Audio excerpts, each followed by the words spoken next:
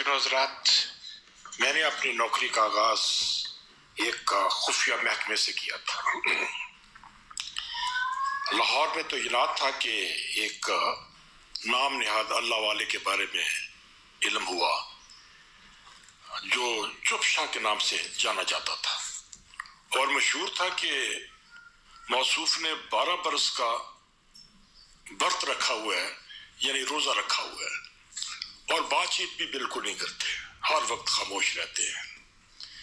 حقیقت حال معلوم کرنے کے لیے میں نے ایک انسپیکٹر کو ہمراہ لیا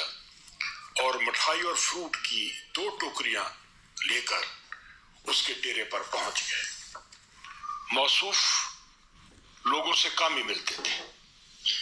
جنہیں ان کے چیلے چانٹے ہی بکتا دیتے تھے۔ البتہ ہماری گاڑی اور حال حلیہ دیکھ کر ملاقات کی اجازت مل گئی۔ معاملہ تو ہم پہلے ہی جانتے تھے، مگر بظاہر خوب عقیدت کا اظہار کیا اور ان کی خدمت میں 2 ٹوکریاں پیش کر دی، فروٹ کی بھی اور مٹھائی کی بھی، جس پر ان کے ایک ساتھی کہنے لگے کہ جناب اس کی کیا ضرورت تھی، بابا جی کا تو 12 برس کا روزہ ہے، وہ تو نہ کچھ کھاتے ہیں نہ پیتے ہیں نہ بات کرتے ہیں۔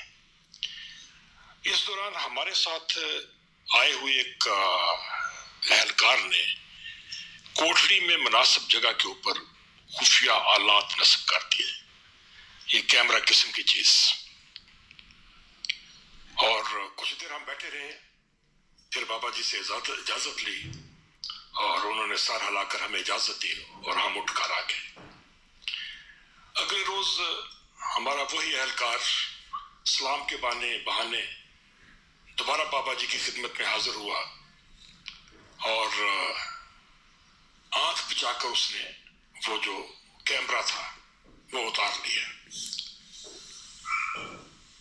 اور جب ہم نے وہ ویڈیو دیکھی، جب وہ ویڈیو ہمارے پاس پہنچی اور ہم نے وہ ویڈیو دیکھی تو ہماری حیرت کی انتہا نہ رہی کہ بابے نے مٹھائی اور فروٹ کے ساتھ ساتھ پورا انصاف کیا تھا۔ خاصی مقدار میں اس نے مٹھائی بھی کھائی، اور جب مٹھائی اور فروٹ کھا رہا تھا تو اس وقت وہ اپنے ساتھیوں کے ساتھ باتیں بھی کر رہا تھا، یعنی نہ اس کا چپ کا روزہ تھا نہ اس کا کھانے پینے کا روزہ تھا۔ اور مگر اندھی عقیدت کا کیا کیا جائے، ہمارے اپنے محکمے میں ان کے ماننے والے موجود تھے۔ جب سینہ بسینہ یہ خبر نکلی کہ ہم نے یہ حرکت کی ہے تو اس آپریشن کی سزا کے طور پر ہمارا تبادلہ ایک دور دراز جگہ پر کر دیا گیا تھا۔